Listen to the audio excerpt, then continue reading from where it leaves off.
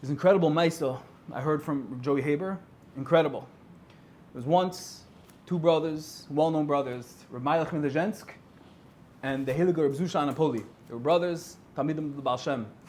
And one time, they were walking in, there was Russia and Poland, and they needed to take a break. And as we know, a lot of times the tzaddikim, they would go on a gullus, they would go into exile, and they would act like schleppers, and they would disguise themselves, and they wouldn't go around with the cover that they were entitled to. And they knocked on an inn, and they said, okay, we need to sleep over, and they didn't say who they were. And the innkeeper said, okay, for sure, pay. They came in, and they were very tired. They were walking around all day, and they were in this gullus, this exile, to work on their shiftless and on their no gaiva, no big name, and that they're just a rima v'telas, a worm and a maggot in this way. That was the whole point of this gullus. So when they got to the inn, the innkeeper said, okay, here's your room. Here's 2 beds. Go sit down, go lay down, have a good night. So Reb Zusha took the first bed, and Reb Meilech took the second bed. So he opened the door, Reb Zusha was number 1, Reb Meilech was number 2. 20 minutes after they opened the door, they were laying down, they were comfortable, they were about to fall asleep, doze off.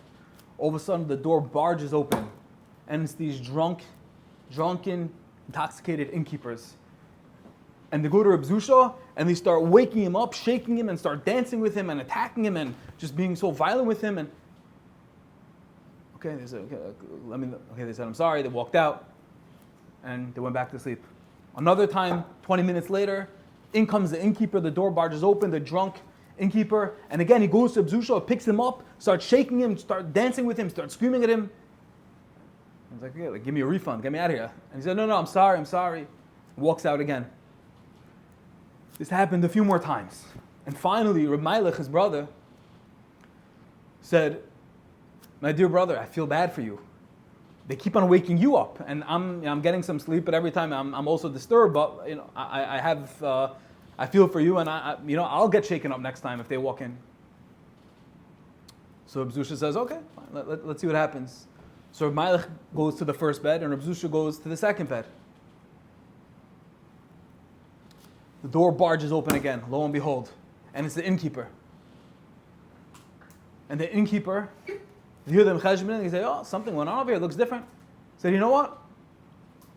He said, we already bothered the first bed. We did that enough times already. Let's bother the second guy. And again, they went to Reb Zusha, they woke him up, they assaulted him, they started attacking him, dancing with him. Again and again. And finally, when they left, Reb Zusha said the Yisoid. What's the Yisoid?